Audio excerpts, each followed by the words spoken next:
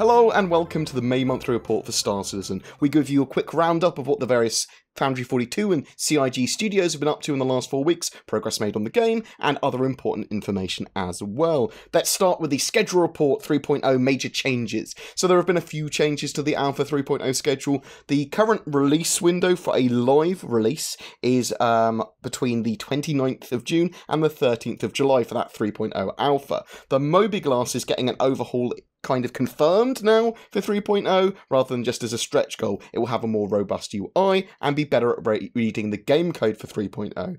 They want Planet or Planetoid Delmar and the accompanying Levski landing zone in for 3.0 as well. This could cause the live release window to change, as it was part of a stretch goal originally for the patch, but now it's been identified as quite important and they do want it in for 3.0.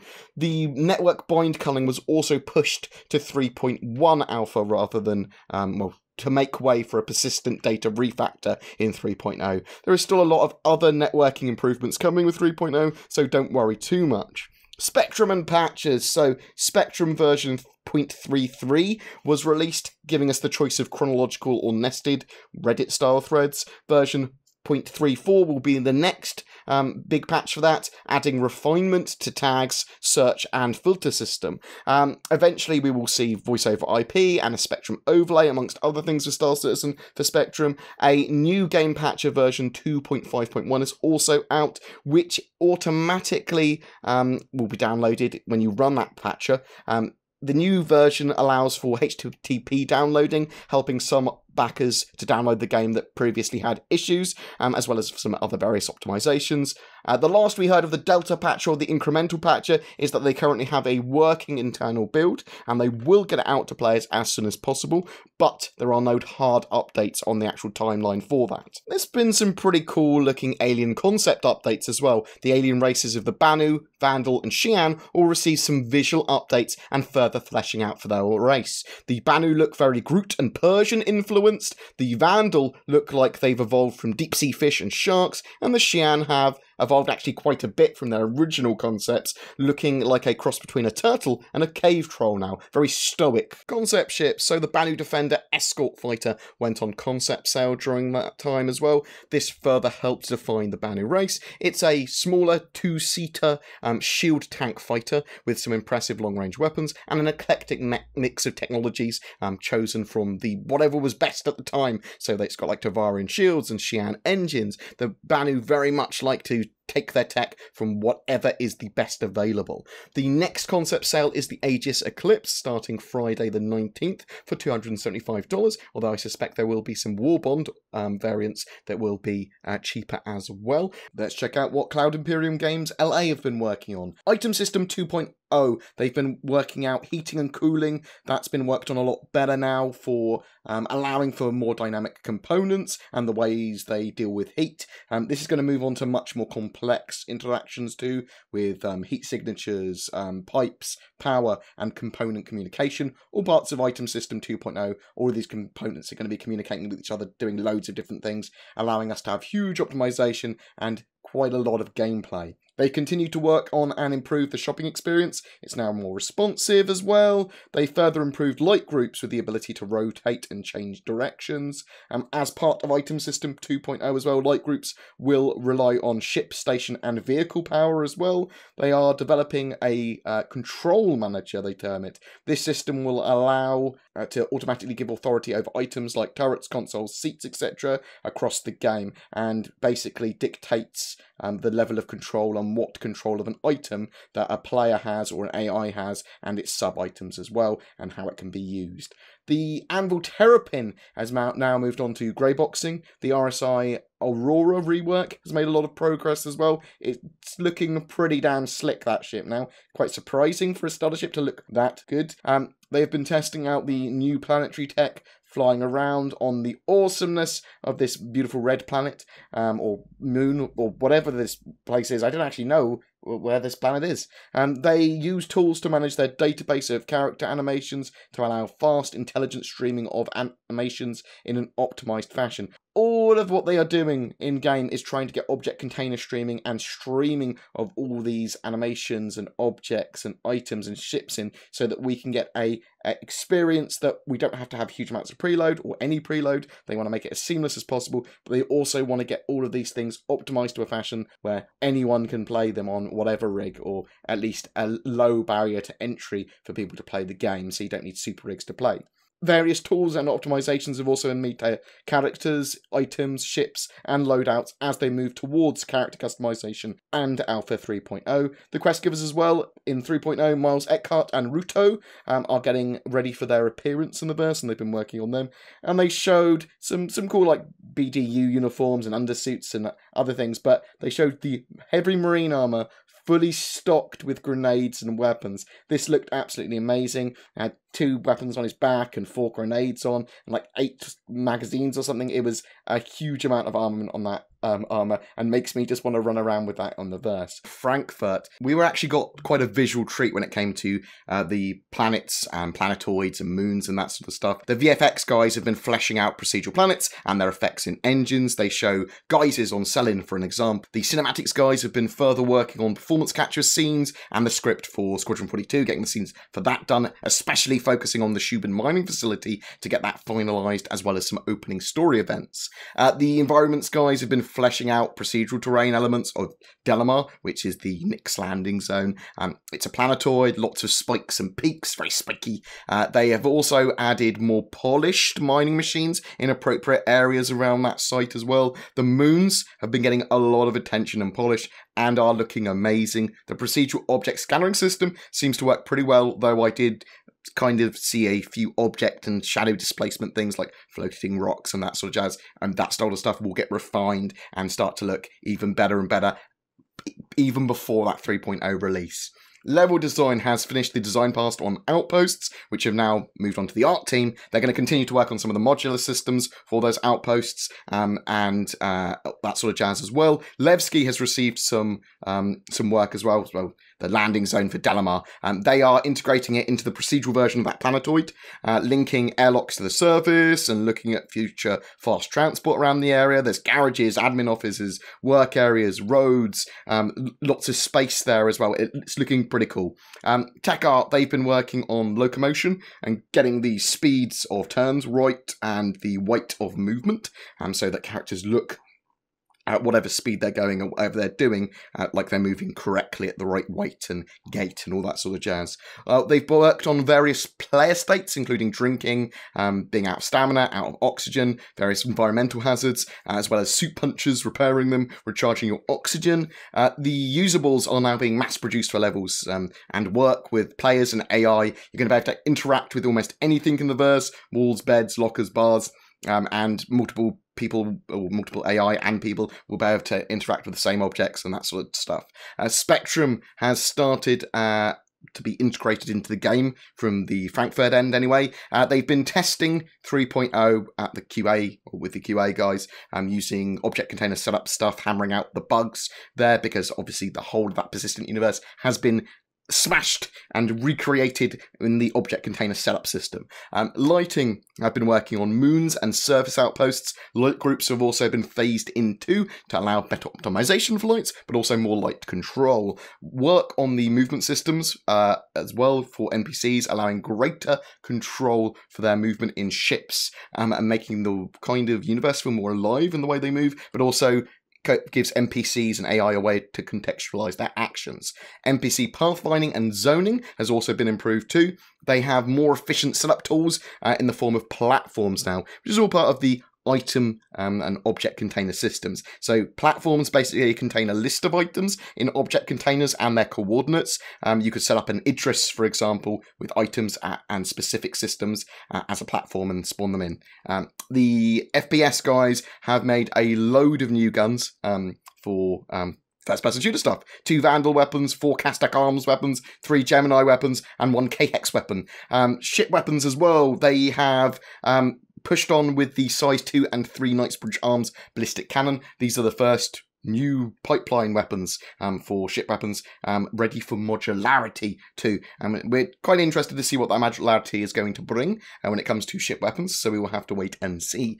Lots of work on object containers as well, as we discussed earlier, as well as code cleaning. They house cleaned a lot of the code, made their ways that they compile everything a lot more efficient.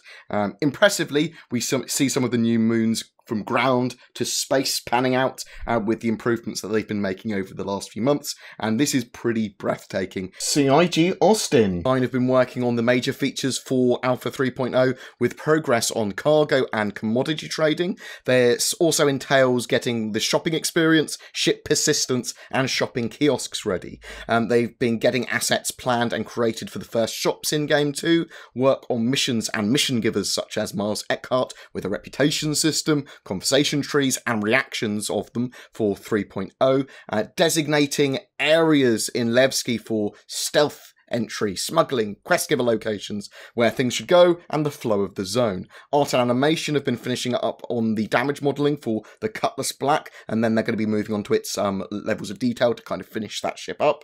They've also been updating usable animations for their new usable system, with lots of further optimizations for that as well. They've mocapped picking up crates at different heights, and then kind of using doors as well, but I really like the way that they have the crates sliding on and off of the shelves.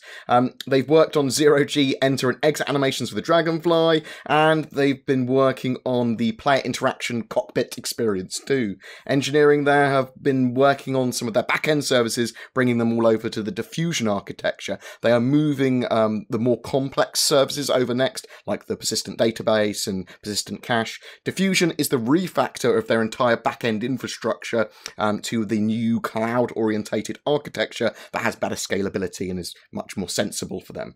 The game server and client are very close to this diffusionized system as well, and this is going to close the communication gap between the back-end and front-end systems, hopefully making Star Citizen much more manageable for them. And they also have more control over bandwidth management using a technique they call router biasing. Some other stuff, QA have been testing 3.0 and Squadron 42, which is great. I'm sure they've got some great stories they'll share with us soon. And the Evocati and the PTU wave tester list, from their point of view, has been updated for 3.0. So when 3.0 does go to the Evocati and the PTU waves, make sure you check your emails, because you may be invited if you've been participating on the issue council. We also saw, I believe it's like a picture-in-picture wingman kind of thing of Mark Hamill talking to your character when he's flying with you at this early stage. So check that out as well. Come on, Lieutenant. First we clear our assigned patrol, then we'll rendezvous with Trejo. And Lieutenant, make sure Trejo understands this is your op. She goes off again like what happened at the Sting, I'm pulling you. I'm not going to be your dad if that's what you're asking. Kid is just a nickname. UK studio focused and therefore awesome. The gameplay guys there have been working on the player interaction system and inner thought system, and have been fleshing that out with a lot more functionality and getting it feeling more ergonomic.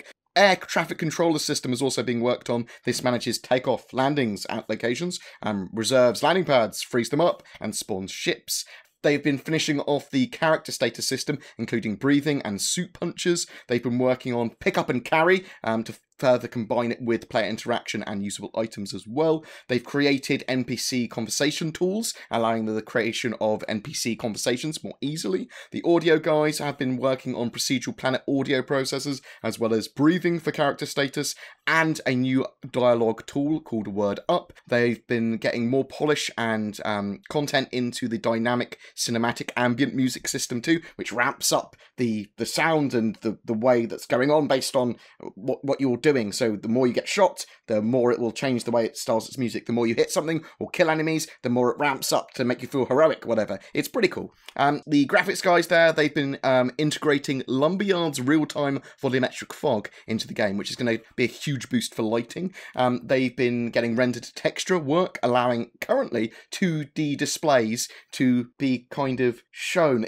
So they're going to eventually allow for 3D holographic projections using this tech. This is an amazing feature which could allow for some truly awesome gameplay. It basically allows in-game cameras to capture and display footage elsewhere. That is the basics of render to texture. So it can save a load of disk space rather than having all these videos pre-made and pre-rendered on your desktop, on your hard drive, but it can also allow for great gameplay, literally someone recording a race and having it streamed to a TV, or having the camera that they show here of the guy. I think it's pretty cool. It might even work for third-person cameras, or at least give them a reason to have them. Their environment probe tech is nearing completion, allowing fully dynamic bounce lights and reflections on planets. Atmospheric flight and engine trails have also been getting finished up. They're looking at some awesome lightning effects to kind of mimic realistic lightning and electricity. They've completed the first pass on the MISC Prospector damage states, making it blow up. Weapons have continued to be worked on, such as the Scourge railgun, including its charge and charged effects. The completed the Preacher Armament Distortion Scattergun and the Apocalypse Arms Scattershot, as well as completing or doing further work on the Clausen Warner LMG.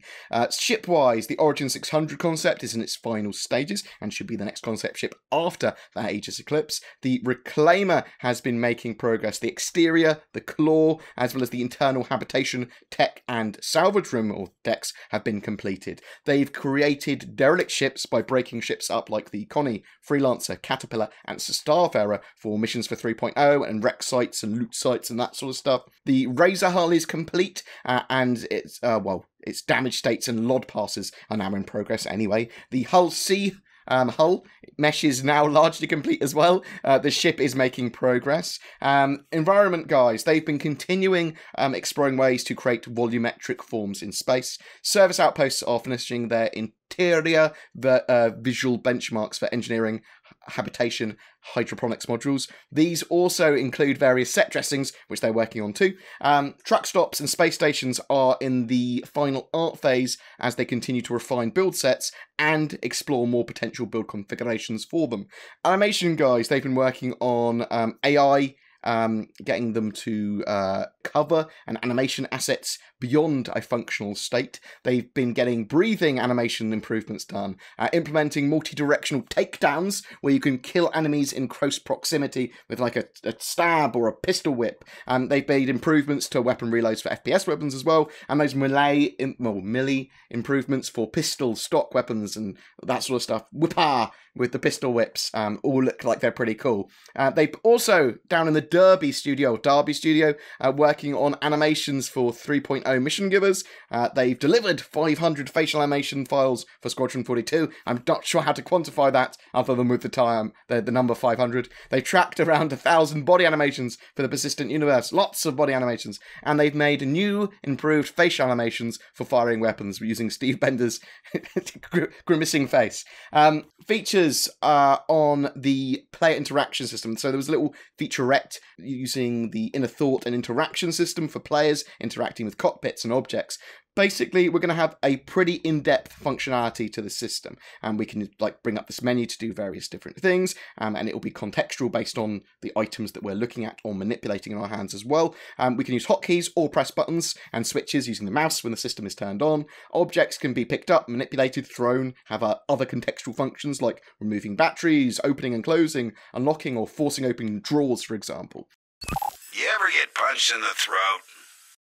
And that's it for the monthly report. For even more details, check out the official monthly report article 2. Links to that and everything else we've discussed below. Every month we give away a ship. For May, it's an Avenger Titan. All you need to do is be subscribed to my YouTube channel and then comment on any of my Star Citizen content, like this video, during the month. Do you have any questions for me or about Star Citizen or about the monthly report? A special thanks to all my Patreons who allow me to create this amount of content, and you guys are awesome. If you're interested in also becoming a Patreon, links below as well. Thank you so much, genuinely, guys. You've been amazing. Please don't forget to like and subscribe. It really does help me, and I will see you in the verse.